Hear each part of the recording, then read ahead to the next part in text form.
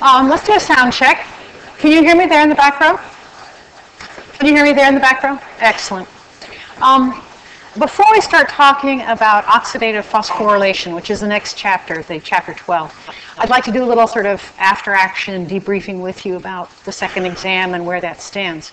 I think I've explained before that the exam service gives me numbers that both tells me how many people got a question right or wrong, but also whether the students who got other questions right got that question right. So in other words, I have a way of telling, come on, open up. I have a way of telling whether or not a question is a reasonable question.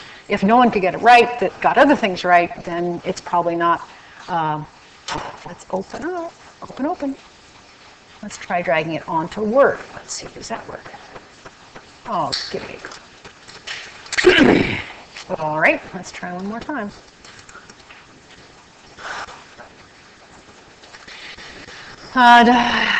Evidently the computer does not like my Word file. Let's try this. Open.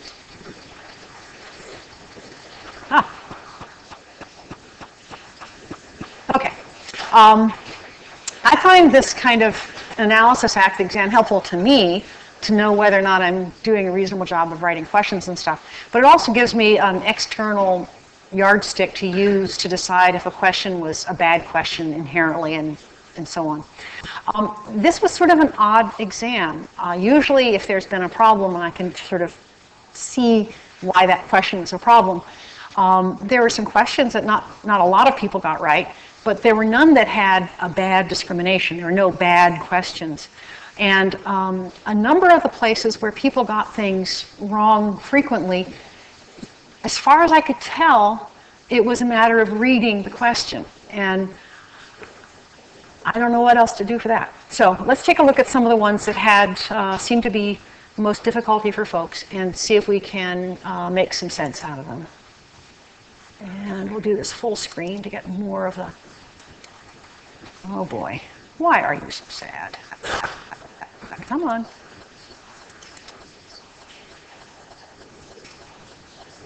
I closed that other file. All right. Okay, there we go.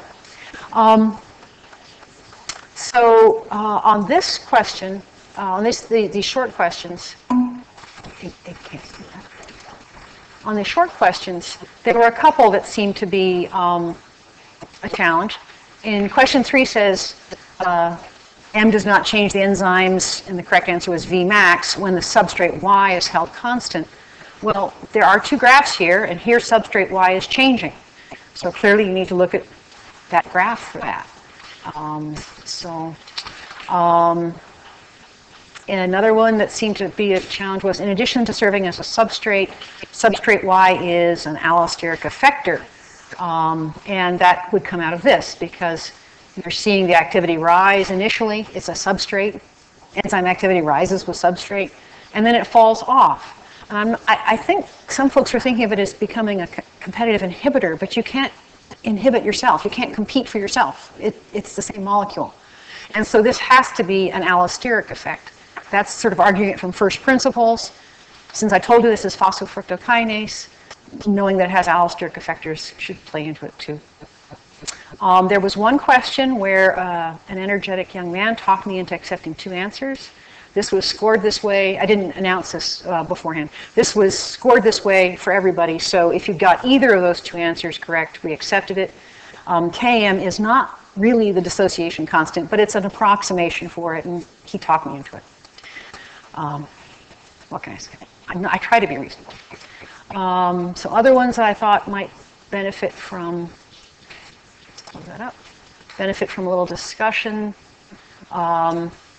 Here was one, which of the features of the ATP-ADP cycle, and let's see if I can get this. Okay, I'll try to get this big enough so you can see what we're talking about here. The most common error had it using oxidation of fuel molecules to form ADP. And so ADP is the lower energy form, ATP is the higher energy form. So All I can think is people maybe didn't stop to look closely or something. Let's maybe bring the size down just a tad. Okay. Let's see. Here is one that was sometimes, which of the following statements about gluconeogenesis was correct? And a number of people talked about gluconeogenesis in muscles. And gluconeogenesis is how the liver and the kidneys feed the rest of the body. So there's no circumstances under which the muscles are highly active in gluconeogenesis. Here was another one that puzzled me. A lot of people seem to think that both glycogen synthesis as well as breakdown use inorganic phosphate. I can't see where that could have come from, so I don't know how I can go about correcting it. This was another one that was a challenge for a number of people, and I think what it was is that a number of people just read past the word thioester. I'm sure none of you believe that chymotrypsin breaks thioester bonds. And so I think your eye was expecting to see peptide bond and just read past it. I was trying to make the question easier by not expecting to know what the specificity was, and I may have made it harder instead of easier. I'm sorry. Here, on the sodium potassium ATPase, a number of people did not know about the phosphoaspartate. They knew the other two aspects of it. In this one, I've gotten several questions on about during the process of metabolism. And a number of people wanted to say that polymer synthesis makes use of 2 and 3 carbon fragments. We've had this particular figure multiple times. Polymers are made out of monomers. You break polymers down into monomers.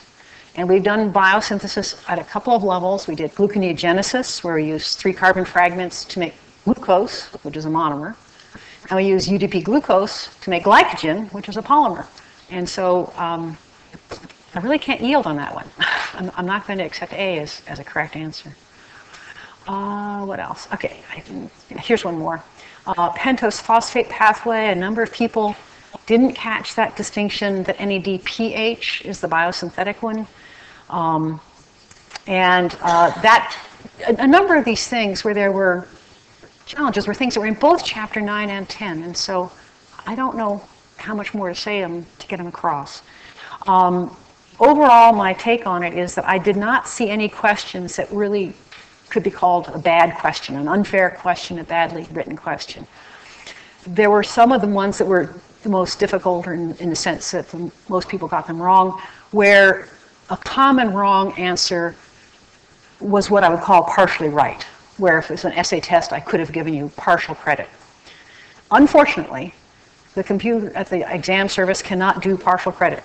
It can't give 3 points for this answer and 1 point for that answer. So I can't go back and rescore it specifically. And so what I've decided to do to try to take into account the fact that there do seem to have been some questions where people knew some but not all of it.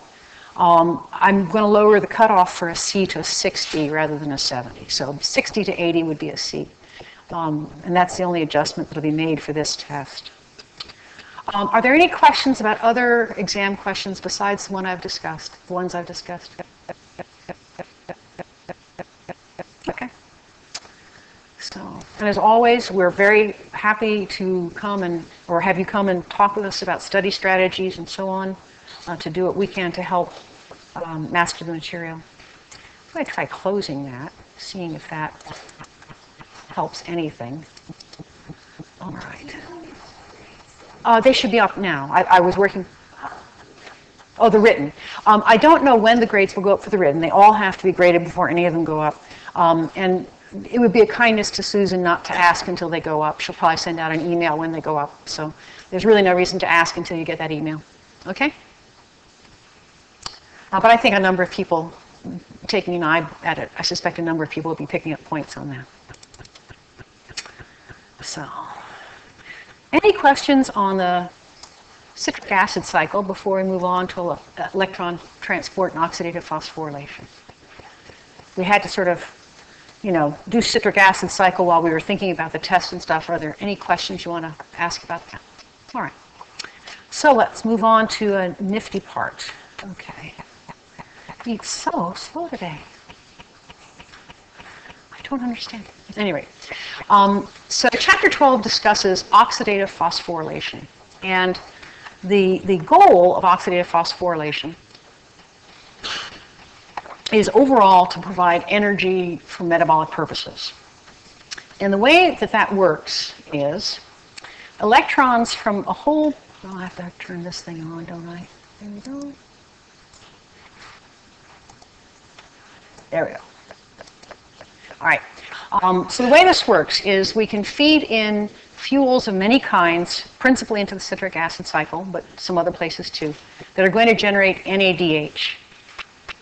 And that is going to provide electrons, sort of a common funnel for electrons to come in. Electron transport is going to generate a proton gradient, and that proton gradient is going to drive ATP synthesis. It's a very weird way of doing it. Very different from substrate level phosphorylation. Substrate level phosphorylation, you look at the structure of the molecules and say, sure, that's about the same energy. I could make an ATP out of that. The chemiosmotic is completely different, and it faced some real resistance when it was first discovered. It does allow for a common pool of energy. So where are these reduced compounds going to come from? We've seen NADH and FADH2 coming out of the citric acid cycle. There was a lot of it coming out of there. A little bit of NADH comes from glycolysis. In a little bit, we're going to see that fatty acid oxidation is also a rich source of NADH and FADH2.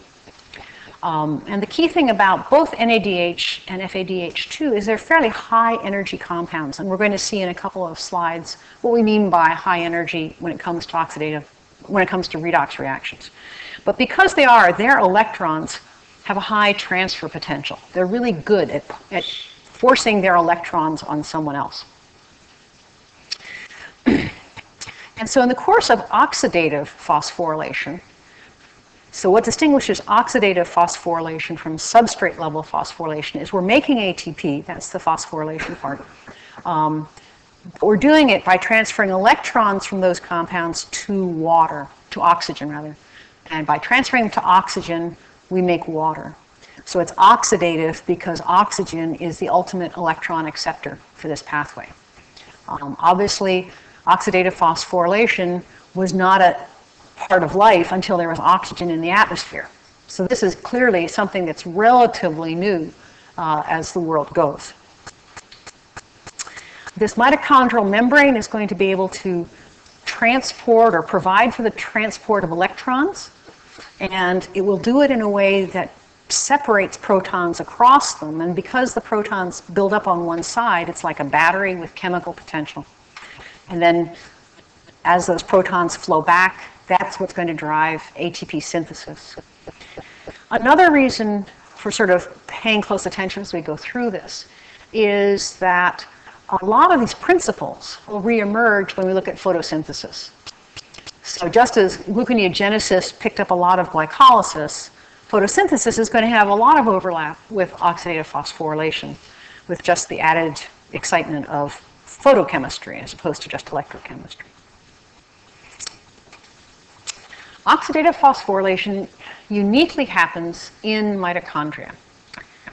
And so you need to have sort of a sense of what mitochondria are like. We mentioned in the first class that they are one of the double membrane bound organelles that's characteristic of eukaryotes. Almost all eukaryotes have them, a few don't, but they seem to have lost them secondarily. And they have a certain amount of anatomy to them. So there's an outer membrane, which is, as you can guess, the outer membrane. And then there's an inner membrane, it's just inside the outer membrane. But the inner membrane can fold out and make sort of fingers of surface. And by folding out into these fingers of surface, it increases the surface area of the inner membrane. And since the inner membrane is where the electron transport happens, by increasing surface area, you increase its potential for electron transport. And these fingers are called cristae, is the plural. So one of them would be a crista, several of them are cristae. And then if you sort of inside the volume of the inner membrane is stuff. It's one of the densest parts of If you look here, I guess this one isn't so dramatic, but this inner side of the mitochondrion is fairly dense, and it can be very dense. That stuff is called the matrix. So the matrix is clear to the complete inside of everything. The matrix is all the way inside, and it's got the citric acid cycle in there, it's got fatty acid oxidation in there, and that's where a lot of chemistry happens. And then if you look, if you think about it, between the outer membrane and the inner membrane, there will be an intermembrane space. So there's a little space between the outer membrane and the inner membrane. And that's going to be important because that's where the protons are going to go. Because the cristae are just folds in the inner membrane, the inside, what looks like the inside of a crista, is actually in continuity with this intermembrane space. It's the old topology thing, that they may look like they're a separate area, but they're actually continuous with the intermembrane space. Are people comfortable with the anatomy so far? Okay. So if we wanted a schematic overview of what's going to happen, here we have this would be the inner membrane now of the mitochondrion. We have electron transport here, which has been symbolized as a single tube doing all of it, where electrons are going to be provided for the process. They're going to be taken up by the oxygen, turned into water, and that redox series is going to provide the energy to move protons. So you end up with more positive charge outside than inside. So this is, in here is the matrix of the mitochondrion, and you end up with positive charge on the other side in that intermembrane space. And then as those protons run back downhill, flowing down a gradient, which things like to do, that will make the ATP synthase spin and make ATP molecules. So that's the overview of where we're going. I think before we get into redox reactions, let's hit the cards, shall we? If you would like us to know that you were here today, you're invited to put your name down. Whether or not you put your name down, I would like to know what one or two concepts you found most challenging so far, and so that I have some idea of maybe where I either need to do more work or what. So if you take a moment to think back, what one or two concepts have been the biggest sort of stumbling block for you?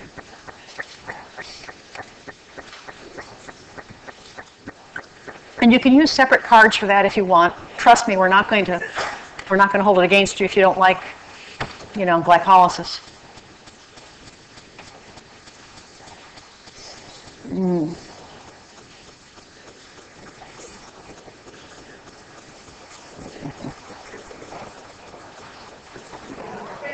Mm.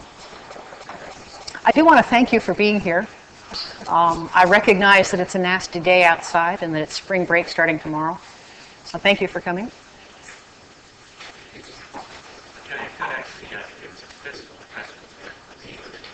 Well, I'm handing out the cards. I would have brought some candy if I'd had it, but I don't have it.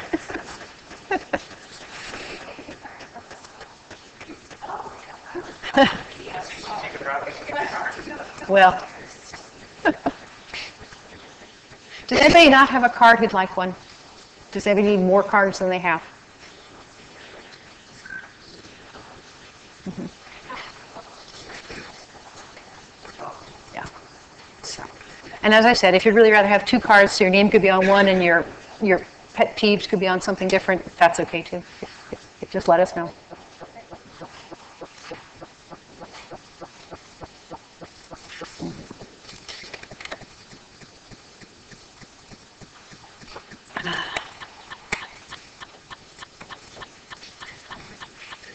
Six ways.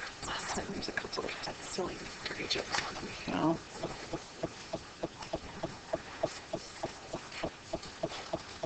Mm-hmm.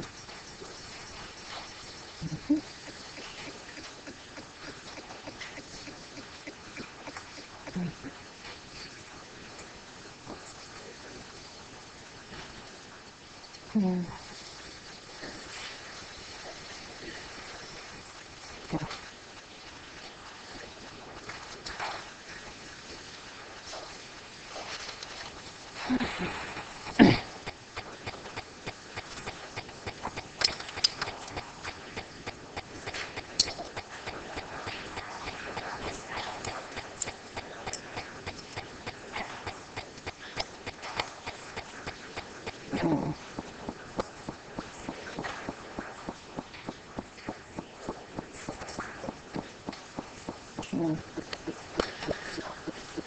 While people finish up what they're writing, I'll throw in one other question that sometimes comes up, which is on the multiple choice tests, whether the ones that have sort of the multiple choices are harder than the ones where it's just A, B, C, or D, and there's got to be one of them.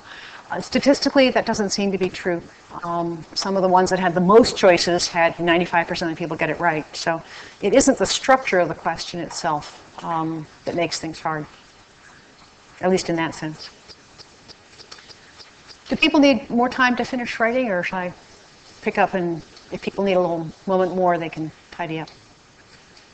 So when you're done, you can just leave the cards on the table there as you go out, okay?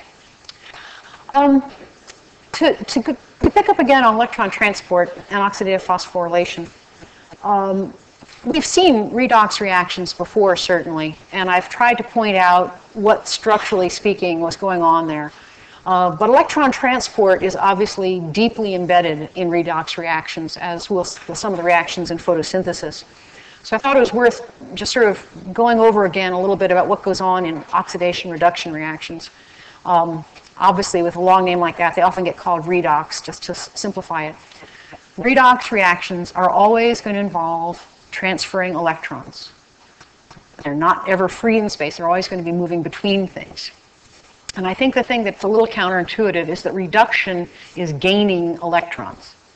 And if you look at it numerically, this will make sense. Electrons have a negative charge. And since they have a negative charge, getting electrons will lower the valence state of an atom. And it's a little simpler to see in the inorganic things. So iron 3 plus an electron, which is a -1, will give you iron plus 2. And so going from +3 to +2, the iron has been reduced. Its valence number is lower. It has more electrons. A molecule that can do this is a reducing agent or a reductant. It can reduce other things. It can give electrons to other things. And if it's giving electrons away, it becomes oxidized. The complement of that is that an oxidizing agent or an oxidant removes electrons. It's going to raise valence states. And in the process, an oxidizing agent itself becomes reduced. So if we take a look at this equation here of pyruvate plus NADH going back and forth to lactate and NAD+, which of those molecules is an oxidizing agent?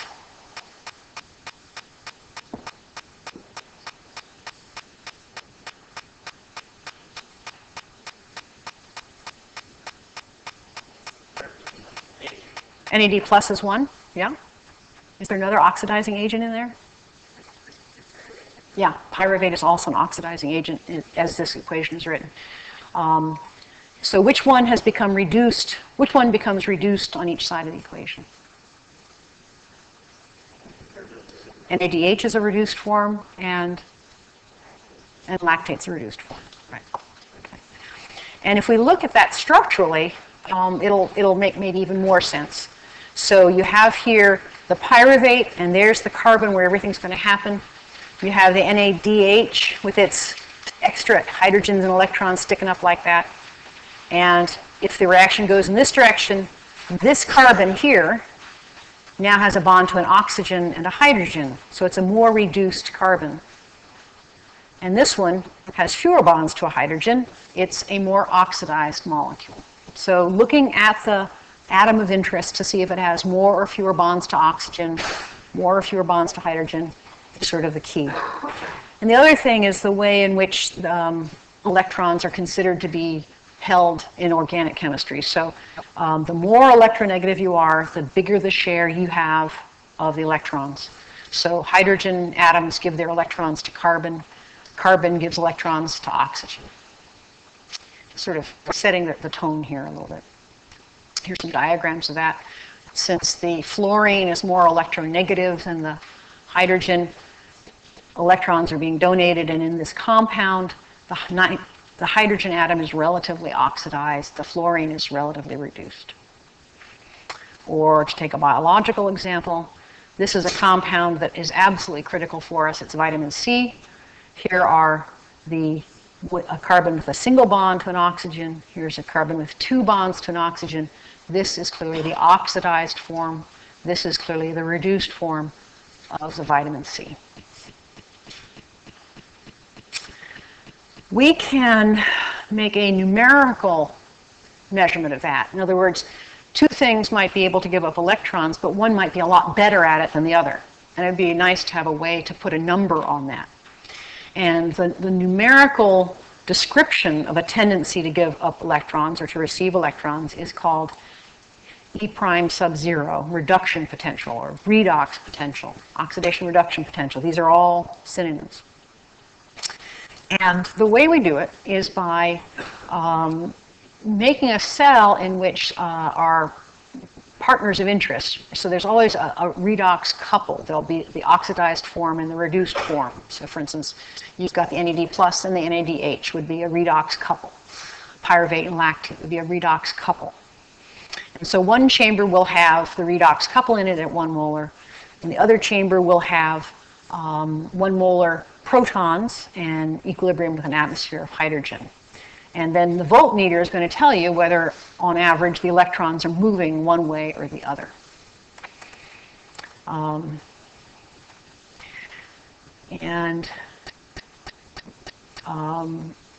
Another thing to keep in mind with redox reactions is you have what we call 2 half reactions. That the electrons are often just sort of implicitly in the equation, and you can break them out and show where they are explicitly if you write a half reaction. So for this measuring device that's going to measure the reduction potential, the half reactions would be X minus goes to X without an electron, so that's oxidized it, its number is higher now. And the other half reaction is H plus, and an electron makes a half of a hydrogen atom. So this is now relatively reduced because it has a lower valence number. And you notice that in these things that the electrons are never free. You can't make a pot of electrons, at least not in biochemical labs. The physicists in the room can do what they want. There are things you can do with electrons, but not in biochemistry. In biochemistry, they're always on somebody. And what the number is telling us is that the larger the redox potential, the more likely that the oxidant will tend to accept electrons at pH 7. So the size of the E0 will tell us the tendency to do it, and we're going to see that the sign of it tells us in which direction. So here are some redox pairs with very large E0s. And they're conventionally written in the direction with the oxidant on this side and the reductant on that side. So this is O2 is the oxidant, H2O is the reduced form of oxygen. And it could, in principle, reduce something else, except that it's a very bad reducing agent. So at this end of the scale, the oxidants are very good oxidizing agents. The more negative the E0, the better reducing agents these become. And you can recognize that. There's NADH and NADPH, right? And they have a substantially negative delta E0, so they have a pretty good reducing potential. But you can see that they're downstream from something like alpha-ketoglutarate, and that's why we could make so much. So, I don't want you to obsess about the size of the numbers, but just to get a sense of the significance of the number and the direction of the number. So a complete redox reaction is always 2 half reactions happening together. So for example, pyruvate and NADH and protons going to lactate and NAD plus is the sum of pyruvate and protons and electrons going to lactate and NAD plus and protons and electrons going to NADH. We can break them out into those parts and make the protons and make the electrons explicit. One interesting thing is that electrons move better through proteins than they do through a vacuum. So the interior of a protein is a fairly forgiving place for an electron to move around, and we're going to see that that's very helpful in a bit when we start looking at the electron transport chain. As you might think, electrons move more the greater the voltage you put across. up to a point. And then if you keep increasing the voltage, they start moving less quickly. And the mental image you could have for this, if you like, is when we try to get in the door, if we have a few people there, they come through. If there's more. But at some point, you have so many people trying to get through that you get through fewer rather than more, because you're getting in each other's way. And that can happen with the electrons as well. All right. So let's look at the electron transport aspect of oxidative phosphorylation. It's sometimes called a respiratory chain, because when we're respiring, when we breathe in oxygen and breathe out CO2, that's where the oxygen is going to get used. Excuse me a second.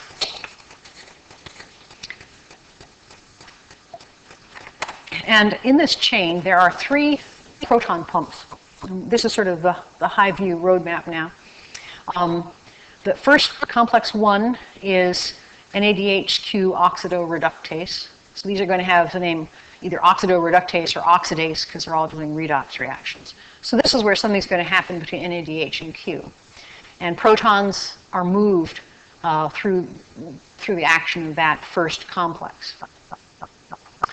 Q is going to be coming out of that complex. We can also get reduced Q through something called complex 2. And if you remember, we talked about succinate dehydrogenase, and it's being able to funnel to FADH, and that's going to be, in turn, funneling its electrons directly to Q. And we'll see more about that. The second complex in the membrane, second in sequence, is called complex 3, because we had this sort of insertion there. And this is where Q and cytochrome C are going to be playing ping pong with their electrons. Again, protons are pumped. The third one is the cytochrome C oxidase, complex 4, protons pumped. So we have large complexes that are capable of pumping protons when electrons move through them. And then we have electron carriers. So NADH is the water-soluble carrier that's going to be made in the matrix by the citric acid cycle and fatty acid oxidation. We have Q, which is an electron carrier that can carry electrons between complex 1 and 3. It's lipid-soluble, and it goes in the plane of the membrane, in the interior of the bilayer. And then the third electron carrier is cytochrome C. It's a very basic protein, and it's going to just roll along the surface of the membrane to carry electrons between complex 3 and 4. And then finally, those electrons, having traveled a long way, end up being added to oxygen and make water. Clearly, we couldn't do this until there's a fair bit of oxygen in the atmosphere. The first really significant sized fossils of multicellular animals appear about 20 million years after the oxygen levels in the atmosphere got up about 10%. So apparently it takes some oxygen to make complicated things.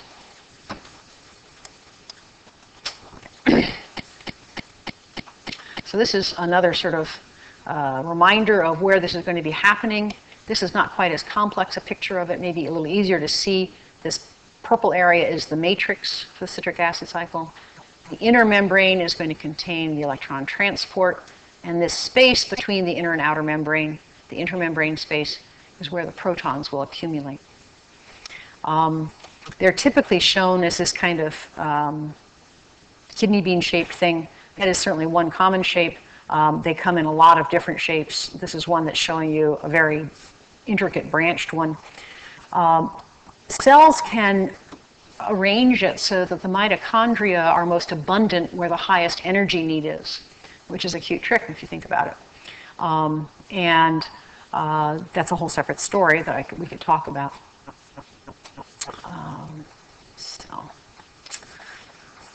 However, we still haven't quite accounted for all the parts and pieces we need to make this happen. So, for example, in glycolysis, we made some NADH. And if we're going to talk about oxidative phosphorylation, that NADH has to get into the interior of the mitochondrion before those electrons can get fed into the electron transport chain.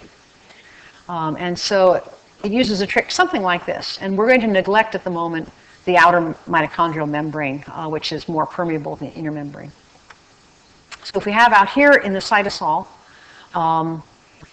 NADH that we've made through glycolysis. We can transfer its electrons onto oxaloacetate. So here is oxaloacetate with its double bond to oxygen.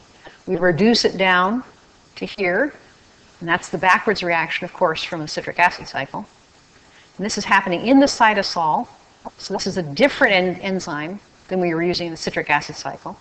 The malate can move into the mitochondrion, into the matrix, and of course it would be fair game for the citric acid cycle in there, and it goes in that direction in the mitochondrion, so that carbon gets oxidized, and now we have our NADH back.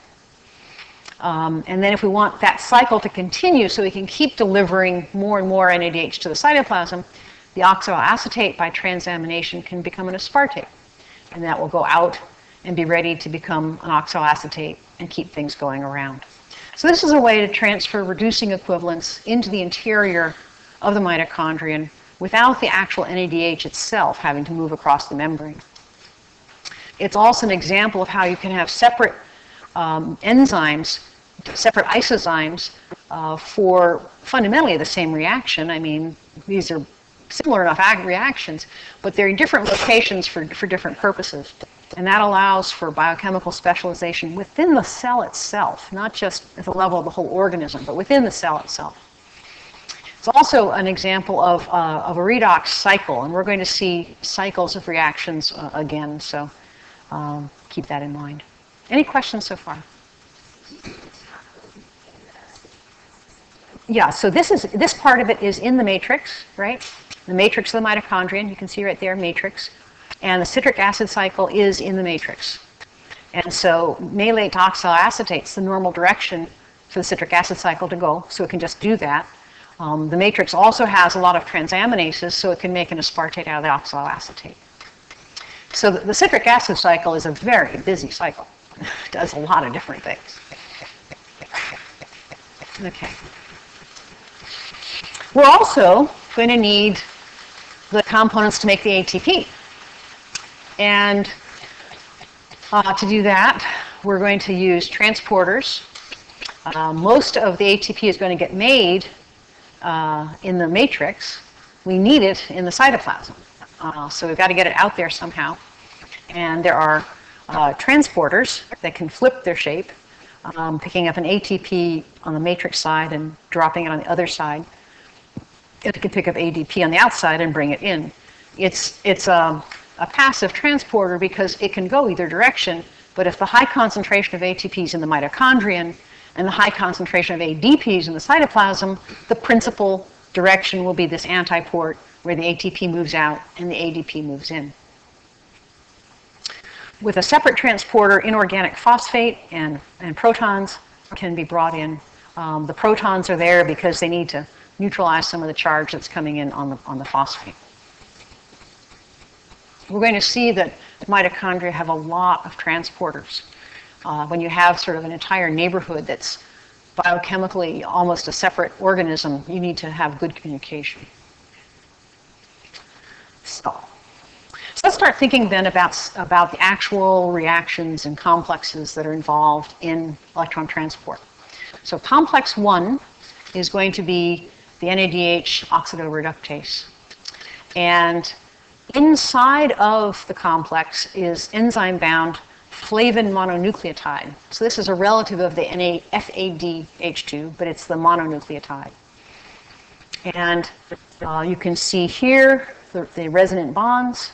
You can see over here there's now bonds to hydrogen, so this is the reduced form.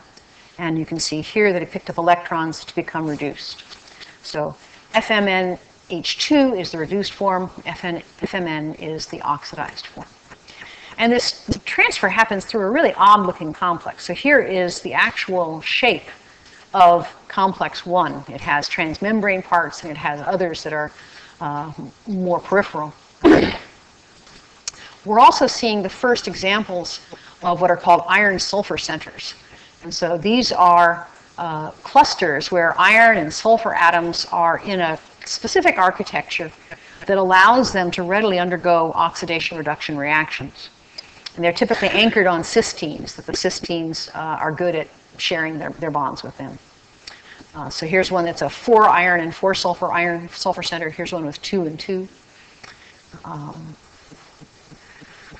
And so what's going to happen is that NADH from the matrix is going to transfer electrons onto Q, ubiquinone, and in the process, Q becomes QH2, the reduced form. And you have it in the membrane here to remind you that it's a lipid-soluble carrier. Because of this transfer of electrons, there is an associated movement of protons. The protons that are moved through the complex are not the same protons that were needed up here. It's chemically distinct. But the net effect of it all is that there's going to be 4 protons moved for 2 electrons transferred here. There are suggestions that inside the interior of that complex that the side chains of various residues are so organized that they provide, in effect, a little wire that the electron can bubble down and get to the other end. You can also see now why it has to be a transmembrane protein. It's got to be on both sides of that membrane, and it has to be able to insulate the protons that it's moved from falling back in. We can make some more ubiquinone, reduced ubiquinone at complex 2. This is the succinate dehydrogenase. When succinate goes to fumarate, its electrons, so we have 2 electrons here, can be used to reduce Q. Again, a transmembrane complex. That might come in from the citric acid cycle, for instance. We can also get some from the cytosol in a slightly different way, from glycerol 3-phosphate or glycerol phosphate shuttle. So if we have NADH that's being made in the cytoplasm, it can be used to turn dihydroxyacetone phosphate into glycerol 3-phosphate. So if you look at, here's the oxidized relatively oxidized carbon. Here's the reduced one there. So that's going to carry electrons in, and those electrons are fed in a slightly different place, but they do end up producing QH2.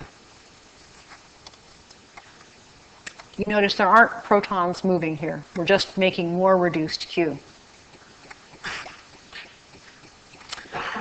Complex 3 is going to take the electrons from the ubiquinol, which is the reduced form, and transfer them to cytochrome B and C.